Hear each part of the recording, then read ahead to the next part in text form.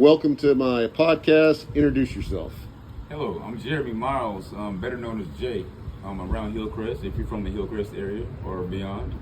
My upbringing is basically a positive upbringing. I came from a good home. My father and my mother were both of my life. I went to a good school, St. Edward's Catholic School. Made the honor roll. I was a very good kid. I played a lot of sports. I was very subjective to my education, but plot twist changed in my life. So basically what I mean by that is I had a lot of symbolism in my life. Basically, my parents got divorced. After they got divorced, my life changed. I didn't know what guidance was anymore. I didn't have my father all the time in my life anymore. My mother was not in my life anymore. So I got transferred to my grandma's house with my grandfather. Things changed. Family issues happened, and I had to adjust to those family issues. A lot of arguments happened, a lot of issues happened, and I will say a lot of it was my fault. That was the start of my downfall. I had everything going for myself. I had a car, had an apartment, had everything. I lost it all in a matter of seconds. So I went to my family for it. Didn't work out. So what I had to do was I went out to my car, drove out with my girlfriend one night, and ended up wrecking the car. Plot twist, I went back to the house and I went back and knocked on my grandma's door. So I asked her, "Hey grandma, can I come in? I just totaled my car." She goes, "No, you can't come back in." So I'm like, wow. So I'm thinking, what am I gonna do? And it just clicked real quick. Bro, you're homeless. So I had to do something really fast. Like I had to go to my friend's house and I couch surfed for a few months, after that situation. But couch surfing only gets you so far. You can't stay with anybody forever. So I had to move from friend to friend to friend to friend. And after friends gave up on me, because you could only have a certain amount of friends, I ended up on the streets. So that was the biggest battle of my life. I will say, I had to really figure it out. I was grateful to meet my girlfriend right here. So we kind of figuring, stuff out myself, but it's been a constant battle, in my head. I also have a son that I also have from a previous woman, and I have one on the way. So it's a very tough battle. Really, people on the outside looking in, I would think, don't think being homeless is a big deal. And they might overlook you on the streets, they might look at you differently, but at the end of the day, you're still human. I would say I have been looked at a little bit different for being in my situation, but I'm doing the best that I can. But all I can say is, if you're in this situation, keep your head up, do what you have to do, and stay positive. That's really the key right there, staying positive. And hold your head up, don't look mad, don't look sad, keep going. Because a lot of people in this situation give up. I've seen a lot of people and met a lot of other homeless people in this same situation that don't want to try. So all I can say to them is try. It's that simple. But for me, I feel like it really happened to me at a young age, and it kind of really affects you more when it happens to you at a young age. When you're on your own at a young age, that's scary. That's very scary. You're young, you don't have stuff figured out. My grandma put all my bags on the street, and I didn't have nowhere to go. So I had to really constantly in my mind figure stuff out every day. It's like a constant battle in my mind. So what I can say, personally, it's getting a lot better, but it's still a process. It's still a constant battle. So you have to just keep your head up and keep going, man. So. Okay, well, tell us about your life, Faye. Hi, my name is Faye. I'm also known as Felicity Lewis. I'm originally from Pennsylvania. I moved up here when I was 18 with my brother because I had just gotten out of a group home. And growing up, I was mainly raised by my grandparents because my mom and dad were honestly never in my life, sadly. But my grandma ended up having cancer that I lived with, and I got sent off to my other grandparents' house where I had gotten abused. And since I was there, that's when my whole in and out of mental hospital started. And then that's how I ended up in the group home, and then up here with my brother. And my brother was supposed to be there for me, and he promised that he would be there for me when I needed help or when I was mentally challenged, like mentally unstable. And one day he kept ignoring me. I kept trying to ask for help, and he kept ignoring me. And I had overdosed, and I had got put in rehab up at the Compassion Center. So that's once I got released from the rehab, that's where my homelessness has started. I can say it's definitely challenging, and I do get looked at differently from other humans, because if somebody's driving in a car and you're sitting alongside the street or just sitting somewhere, people are going to treat you completely different because they believe all homeless people are drug addicts, which they're honestly not. Some of them can be, but for me personally, I'm not, and it's definitely been a struggle. I was pregnant last year. I had lost a baby, and that's also started where my mental health got worse. My mental health was starting to get better until that had happened, and I got in a call one day from my brother saying that I had a settlement or whatever for my brother that had passed away, and that I would be getting a monthly check. And after I found that out, I was not motivated at all for a little bit. So it took me a little bit to get to where I'm at right now. But personally, it's getting a lot better. It's definitely challenging. And honestly, you really don't know what's happening. The scariest thing is living on the streets with nobody to turn to, no help or nothing. And I can say that I am completely blessed on what I have gotten. Now that I do have money and I am currently 27 weeks pregnant, everybody wants to start coming in and trying to be there for me again when they weren't there for me my entire life. And I don't appreciate that at all. And I told them that plenty of times, and there's still a lot of family drama going on because of it. But I can say that I am trying my very best, and I actually have an apartment to go look at Friday. And it took me and my boyfriend, a very long time to get where we're at, and we are very grateful. And we are also very grateful for the people that worked at River City Coffee that has helped us a lot. And we are very grateful just to meet the people that we have met along this homelessness journey. Before I got to this part, I've been homeless since I was 18. And I'm now 20. I'm going to be 21 in August. And all I can say is that I'm very grateful and very happy at where I am right now. And I'm looking forward to moving forward in life and not backward, and not looking back at what I had gone through, and I'm not letting what happened in the past affect me no more. And that's basically to just sum it all up. No, I understand. So welcome back, Jay. So here's the deal. Tell me about what is it like being homeless in our area. I'd like to know, where do you sleep at? How do you get food? How do you get money to get food? Little things like that. So basically, it kind of caught me off guard, to be honest. When it actually hit, I was like, wow, I have to be on the streets.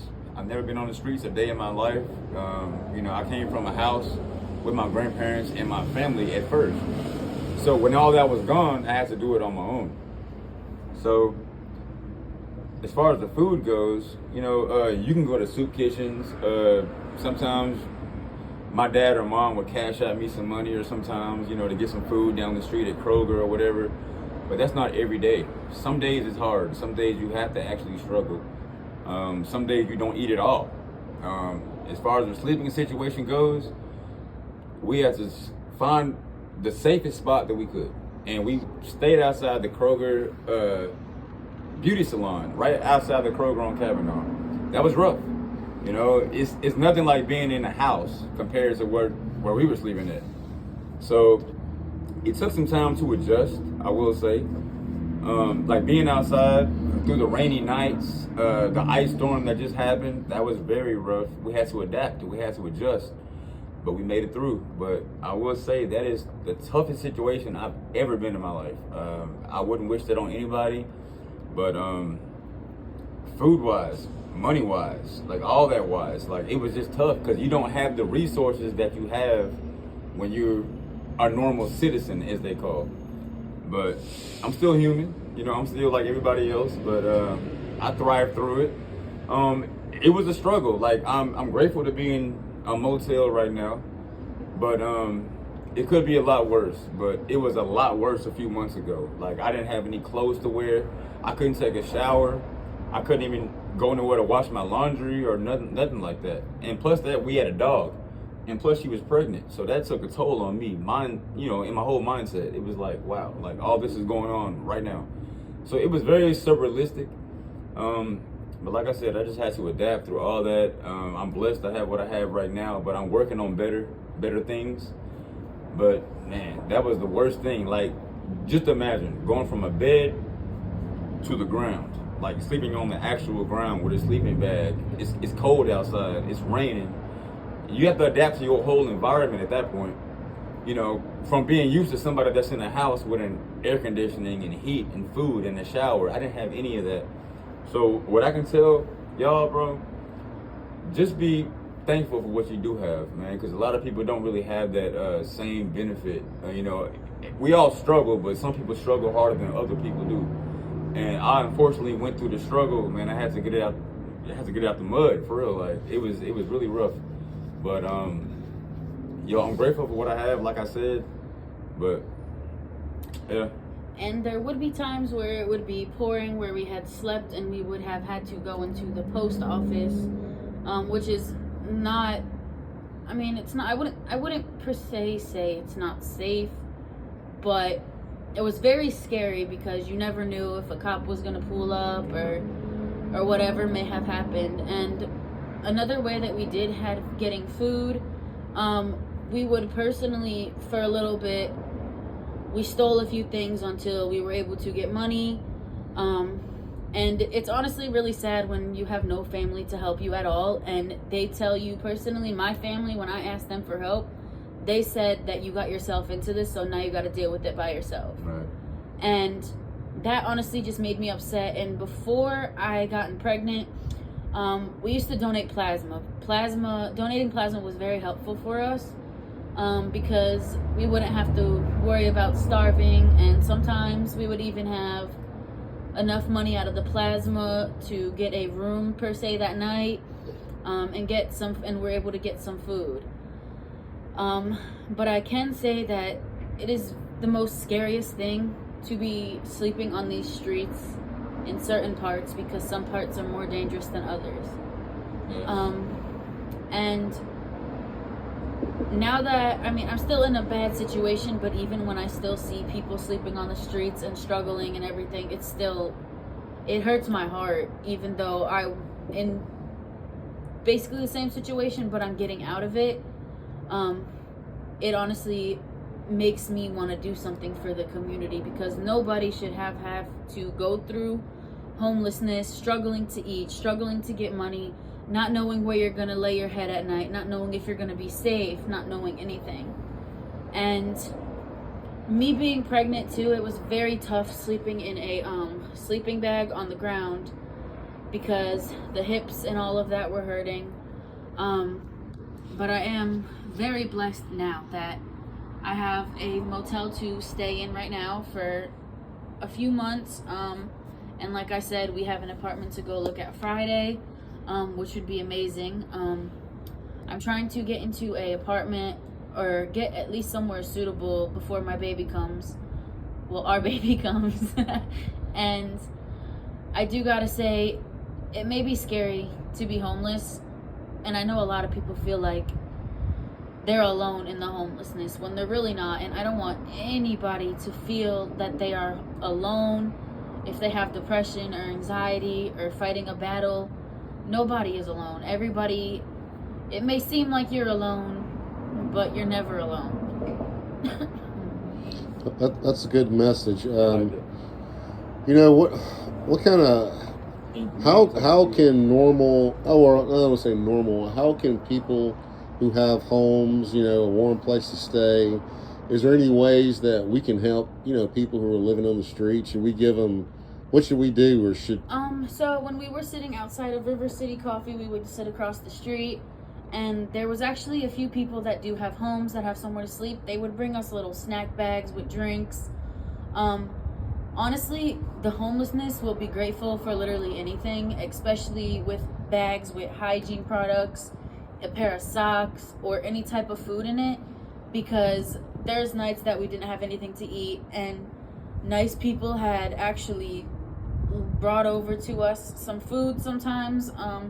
There was one night a couple was leaving Kimori or something. It's the sushi place down there. They stopped and actually gave us their leftover sushis. So if you have a home and somewhere to sleep and you want to help the homeless, I would do little care packages, or even if you ask them if they're okay, that will make them feel better and cared about. Mm-hmm. Like, so I will backpack on what you just said. I feel like it's the small things that actually matter. You know, people that actually have a heart, that want to see people, you know, on the street, and they actually want to tap in and actually help them out a little bit. Like you said, somebody gave us something to eat.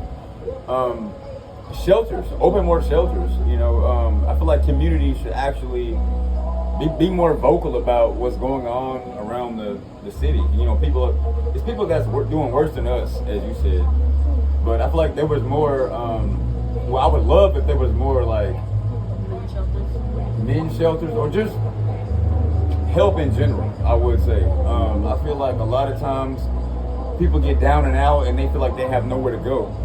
Everybody should have somewhere to go. So I feel like at that point we need to really open up as a community, in Little Rock as a community, and just help more people in general. Just have a kind heart. Okay, well, you know, I appreciate you all taking the time to talk to me.